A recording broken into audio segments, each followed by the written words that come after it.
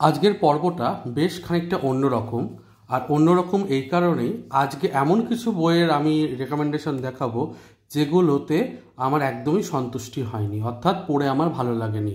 এবং এই ধরনের বেশ কিছু ভিডিওরও দরকার আছে, কারণ বই তো সব কিছুই ভালো হয় না। অনেক সময় কিছু বই এমনই হয় যে হয়তো ভালো লাগলো না। তো সেরকমই 8 থেকে 9টি বইয়ের কথা আমি বলবো, যে বইটা আমি না পড়লে হয়তো আমার মনে হতো যে কোনো বিশেষ পার্থক্য থাকতো না। সেই বইয়ের তালিকাতেই প্রথম রয়েছে মোহাম্মদ নাজিমউদ্দিনের রবীন্দ্রনাথ এখানে কখনো খেতে আসেননি। এই বইটা অভিযান পাবলিশার্স থেকে এসেছে। এই বইটির ওপর অবশ্যই আপনারা জানেন যে ওয়েব সিরিজও তৈরি হয়ে গেছে এবং সৃজিত মুখার্জি সেটা ডাইরেক্ট করেছিলেন। তো এই বইটার গল্প সম্পর্কে অনেকেই জানেন, যে অবশ্যই একটা সেই বলবো মানে হোটেল বা যে জায়গাটিতে অনেকেই আসেন, কিন্তু ওই হোটেলের ভেতরে কিছু একটা চলছে এমন, যেটার তদন্ততে নেমে অনেক কিছুই প্রকাশ হবে আস্তে আস্তে। এবং এর দ্বিতীয় পর্ব রয়েছে। তো এই বইটা মূলত বাংলাদেশে প্রচুর বিক্রি হয়েছিল এবং প্রচুর দেখতেই পাচ্ছেন সংস্করণও রয়েছিল, কিন্তু তা সত্ত্বেও আমার বইটি সেইভাবে মনে দাগ কাটেনি। আমার মনে হয়েছে যে ওই মানুষের মাংস ইত্যাদি, রক্ত, এই সমস্ত বিষয়গুলোকেই এখানে মূল রেখে, এবং ওটাই টুইস্ট বলা যেতে পারে। এমনি কিন্তু গল্পের ভেতর বিশেষ কিছু আছে তা মনে হয়নি। গল্প শুধু এগিয়ে গেছে, কোনো চড়াই উতরায় আমি খুঁজে পেয়েছি তা নয়।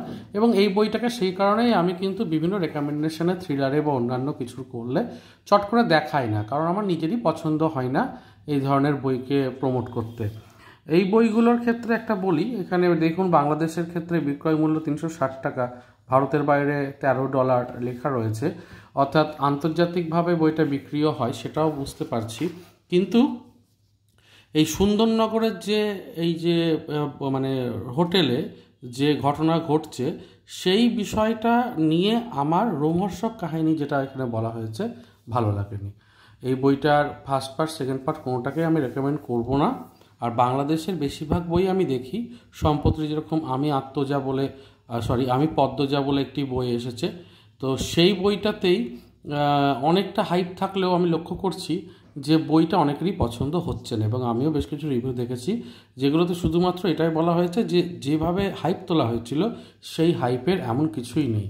তো বাংলাদেশের বইগুলোর ক্ষেত্রে আমি একটাই রেকমেন্ডেশন দেবো, যে বইগুলো হাইপ দেখে কিনবেন না, আগে দেখে নিন প্রকৃত বিষয়টা, তারপরে সেটাকে কিনুন। কারণ অনেক সময় দেখা যায় বাংলাদেশের মানুষের টেস্ট বইয়ের প্রতি আর ইন্ডিয়া বা ভারতের বাঙালি যারা রয়েছেন, পশ্চিমবঙ্গে বসবাস করছেন বা বাইরে, তাদের টেস্ট অনেকটাই পার্থক্য তৈরি হয়। তো তখন কিন্তু অনেক সময় খারাপ বইও ভালো হয়ে যায় বা ভালো বই অনেক সময় সেই প্রশংসা পায় না। এরপরে নীরেন ভাদুরী সমগ্র সৌভিক চক্রবর্তীর। আমি জানি এই বইটাতে অনেকেই অবাক হবেন যে এই বইটার নীরেন ভাদুরী সিরিজ তো ভালোই সিরিজ। হ্যাঁ, আমার প্রথম বইটা নিয়ে এতটুকু অভিযোগ নেই। প্রথম বইটা দ্বীপ প্রকাশনের খুবই ভালো বই, কিন্তু দ্বিতীয় এই যে রয়েছে পার্টটা, এই পার্টটা নিয়ে আমার মোটেই যে এক্সপেকটেশন ছিল সেটা পূরণ হয়নি। সৌভিক চক্রবর্তীর শুভেচ্ছা সহ এই বইটি রয়েছে, জানুয়ারি 2024 প্রকাশ পেয়েছে এই বইটি। কিন্তু এই বইটির মধ্যে যে গল্পগুলো রয়েছে সেই গল্পগুলো এমন হয়ে দাঁড়িয়েছে যে আপনার নিজেরও পড়তে গিয়ে কীরকম একটু মনে হবে।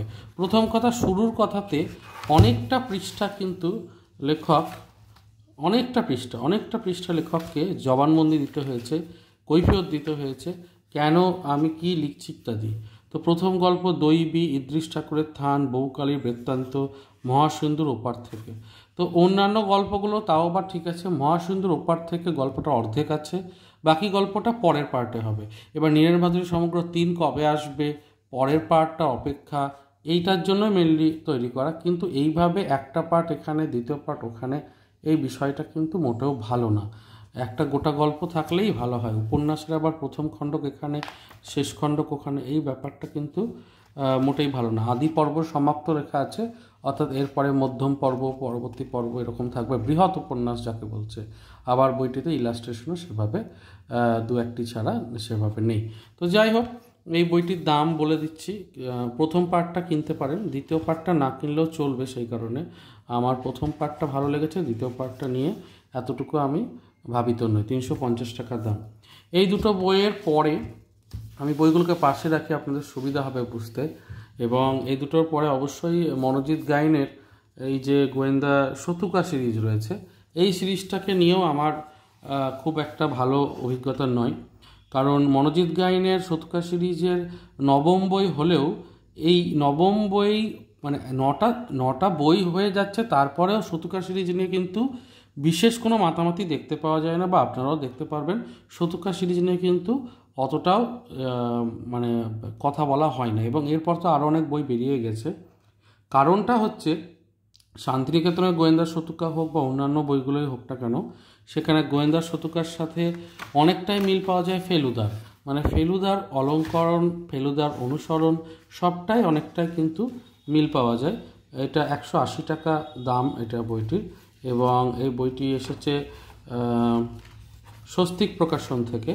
তো এই বইটিতে অন্যান্য যে সমস্ত চেক রহস্য আছে, মার্ডার রহস্য আছে, রহস্য যখন লেখায়, রাজবাড়ির রহস্য, শান্তিনিকেতন রহস্য, এরকম ছোট ছোট বলা যেতে পারে গল্প রয়েছে, উপন্যাসিকাও বলতে পারি। তো এই ছোট গল্পর মধ্যে প্রত্যেকটা ক্ষেত্রেই আমি ফেলুদার ছোঁয়া পেয়েছি। ফেলুদার মতোই 3জন চরিত্র থাকবে, লালমোহন বাবুর মতোই একজন, এবং তারপরে শতুকা তো রয়েছে যিনি মূল চরিত্র, এবং আরেকটি চরিত্র থাকছে সেটিও ওই তোপসের মতোই। এবং ভ্রমণ, বিভিন্ন স্থানে যাওয়া, গল্প অনেকটাই সেই ধাঁচে। কাজেই যারা ফেলুদার মতো একটা কোনো কিছু পড়তে চাইছেন তাদের জন্য ভালো, কিন্তু এমনি একটা ইন্ডিপেন্ডেন্ট একটা সিরিজ রূপে বা একটা ভালো বই পড়বো এইরকম রূপে কিন্তু আমার মোটেও এই বইটি অতটা দাগ কাটেনি। এই বইটিকেও আমার খুব বেশি রেটিং দেওয়ার ইচ্ছা নেই। আরও একটি বই যেটা আমার একদমই পছন্দের নয়, তা হচ্ছে the secret of Father Brown, G K চেস্টারটনের অনুবাদ দীপ্তজিৎ মিশ্র। এই বইটা অরণ্যমন থেকে এসেছে, এবং অরণ্যমনের এটা কিন্তু একটা পার্ট, এর পরে কিন্তু আরও মনে হয় 2টি পার্ট রয়েছে। এবং এই বইটা ফাদার ব্রাউনের 200 টাকা দাম এটার। এবং এই বইটিতে অবশ্যই দেখতে পাচ্ছেন যে গল্পগুলো আছে। ফাদার ব্রাউনের গল্প নিয়ে আমার কোনো সমস্যা নেই। ফাদার ব্রাউনের গল্প আমি নিজেও অডিও স্টোরি শুনেছি, কিছু গল্প তো পড়াও রয়েছে এই বই থেকে। কিন্তু ফাদার ব্রাউনের গল্পগুলোর যে পরিবেশ, যে আবহ বা যে রহস্যময়তা রয়েছে, তা ইন্ডিয়ান কালচারের সাথে খাপ খায় না, বা বাঙালি পরিবেশ বা ভারতীয় পরিবেশের সঙ্গে অনেকটাই আলাদা রকম। ফলে গল্প পড়তে গিয়ে রিলেট করাটা একটু মুশকিল হয়ে যায়। এবং যা হয় ওই অন্য গাছের ছাল এই গাছে লাগানোর ওরকম ব্যাপারটা, তো পড়তে গিয়ে কিছুটা অসুবিধা হয় বই কি। আর অনুবাদ কখনোই একটা অরিজিনাল স্ক্রিপ্টকে দমাতে পারে না, মানে এটা খুব কমই হয়। সেরকম আউটস্ট্যান্ডিং সেটা মাঝে মাঝে হয়ে যায়, কিন্তু এমনিতে হয় না। কাজেই আমার গল্প বেশ কিছু পড়ার পর আমি থামিয়ে দিয়েছিলাম। আমার খুব বেশি ক্রেজ তৈরি হয়নি এই বইটা নিয়ে। এরপরে যে বইটাকে আমি প্রথম দিকে খুব ভালোবাসতাম, পরে সেই ভালোবাসাটা কেটে গেছিলো, কালীগুণিন সিরিজ। সৌমিক দে এমন একজন লেখক যিনি কালীগুণিনই লিখে গেলেন, অন্য কোনো জনরা নিয়ে হিট করাতে পারলেন না নিজেকে। একজন লেখকের সার্থকতা সেখানেই হয় যখন তিনি বিভিন্ন চরিত্রকে লিখছেন, প্রত্যেকটা চরিত্রই সার্থকতা পাচ্ছে। সেরকম যেরকম সৈকত মুখোপাধ্যায়ের প্রত্যেকটা চরিত্র, সে বুধদা হোক বা উমাশঙ্কর চৌবে হোক বা জয়দেব সরকার হোক, এরকম গোয়েন্দা চরিত্র প্রত্যেকটাই কিন্তু গল্পগুলো আমি পড়ে যথেষ্ট ভালো দেখেছি। কালীগুণিনের ক্ষেত্রে এই যে কালীগুণিনের একটি বই, প্রথম বই কালীগুণিন 6 রহস্য, এর গল্পগুলো আমার প্রত্যেকটাই ভালো লেগেছিল। কিন্তু তারপর যখন পার্ট 1-এর পর পার্ট 2, পার্ট 3, পার্ট 4, কালীগুণিনের পরপর 6টা খণ্ডক, 7টা খণ্ডক, এবং বিবাহ বুদ্বুতমের উৎসব সংখ্যাতে প্রত্যেক বছরই কালীগুণিনের একটি করে গল্প প্রকাশিত হয়। তো কাজেই একই ধাঁচে একটা প্রথমে বিষয়টা হচ্ছে একটা সমস্যা তৈরি হবে, সমস্যা তৈরি হতে হতে পয়েন্টটা হাইয়ে যাবে। তারপর যখন একটা সময় গিয়ে দৈত্য বা দানব বা পুরাণের যে দানবটির কথা বলা হচ্ছে তার চরম ক্লাইম্যাক্স মানে চরম প্রকাশ ঘটবে, সেই সময় আবির্ভাব হবে কালীগুণিনের। এবং কালীগুণিন এসে তার বুদ্ধিমত্তার সাহায্যে সেটাকে দমাবে এবং সেই দৈত্যকে মানে আবার তার পুনরায় জায়গায় ফিরে যাবে বা মেরে দেবে, এরকম এই প্যাটার্নটাই প্রত্যেক গল্পে পরিলক্ষিত হয়। কাজেই এই একঘেয়ে লেগে গেছে। আমার প্রথম 3টে পার্ট খুব ভালো লেগেছিল, 2-3টে। তারপরের বইগুলো আমি রিভিউ করেছিলাম, আমার চ্যানেলেও রয়েছে, কিন্তু এবং তখন বইটা হার্ড কভারেও হয়ে গেছিলো বিভা থেকে। আগে পেপার ব্যাক করতো এবং এরকম পকেট সাইজ করতো, এখন তো একটু বড় করে। তো আমার এরপর থেকে আর ভালো লাগেনি সত্যি কথা বলতে। কালীগুণী নিয়ে আমি আগে অডিও স্টোরি শুনতেও খুব ভালোবাসতাম, কিন্তু এখন আর শুনতেও ভালো লাগে না, মানে বড্ড একঘেয়ে টাইপের হয়ে গেছে, মানে একঘেয়ে টাইপের হয়ে গেছে। তো এটা নিয়েও আমার খুব বেশি রেকমেন্ডেশন বলবো না। প্রথম দুটো বই পড়ে নিন, তাহলেই যথেষ্ট, বাকি গল্প একই ধরনের। এরপরে অবশ্যই শ্রীকান্ত মঞ্জিলের রহস্য বলে বইটির কথা বলবো, ভাস্বর চট্টোপাধ্যায়ের। এই বইটি আমি বলবো না কেনাই ভালো। এই বইটির প্রমোশনও আর খুব বেশি দেখতে পাই না। কারণটা হচ্ছে বইটা একেবারেই ভালো না। বইটাতে যে খুনের গল্পটা বলা হয়েছে, আমার সেখানে সমস্যা নেই, কিন্তু গল্পটাতে তিনতলা বাড়ি শ্রীকান্ত মঞ্জিলে একটা এই বুদ্ধ মূর্তি নিয়ে গল্প রয়েছে, তো সিংহবাড়িতে। এবার এত চরিত্র এবং চরিত্রগুলো এতটাই ঘেটে গেছে সব কিছু মিলিয়ে, শেষে গিয়ে একটা সমস্যাই হয় যে কে কোন চরিত্রটা কে কী করেছিল, এরকম অনেক ইভেন্ট। এবং প্রত্যেকটা চরিত্রের খুব ডিসক্রিপশান বা কোনো এমন কিছু নেই যে প্রত্যেকটা চরিত্র মনে গেঁথে যাচ্ছে, সেরকমও না। এবং প্রত্যেকটা চরিত্রের ডেসক্রিপশনও নেই দেহের বা ভঙ্গির বা ইত্যাদি, মানে চোখের সামনে চিত্র তৈরি হতে অনেকটা কষ্ট করতে হয় বিষয়টাকে।